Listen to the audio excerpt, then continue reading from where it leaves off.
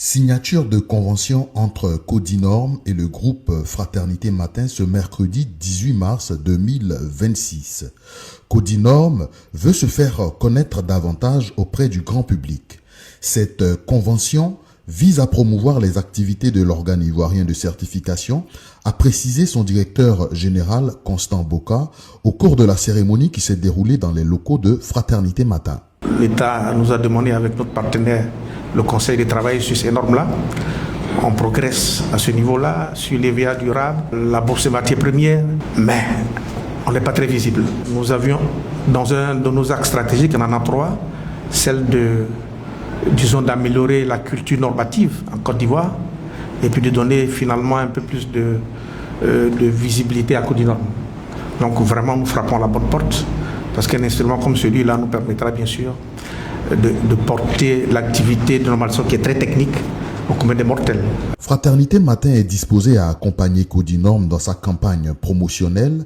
Parole de son directeur général, Serge Olivier Nouaud, pour qui cette convention sera bénéfique aux deux entités. Vous pouvez compter sur nous pour vous accompagner, en tout cas sur ce volet-là, et que Codinorm soit mieux connu, que ce soit ici ou même à l'intérieur du pays, et puis au niveau international aussi, parce qu'on a quand même des audiences importantes sur nos sites, donc ça donne quand même de la visibilité aussi à vos activités. Et on est pressé en tout cas de vous recevoir, j'espère bientôt aussi pour la tribune invitée des rédactions, où on aura vraiment l'occasion d'aller en détail avec nos journalistes ici qui seront présents ce jour-là, et mieux comprendre aussi les objectifs, et puis comme j'avais dit tantôt, l'impact vraiment de Codinorm sur les activités économiques de la Côte d'Ivoire. Il faut noter également la présence du directeur général adjoint de Fraternité Matin, Adama Kone, à cette cérémonie.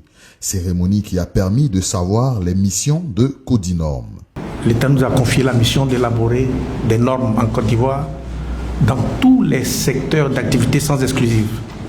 C'est-à-dire que nous partons des produits manufacturés complexes à des normes de services et ainsi de suite.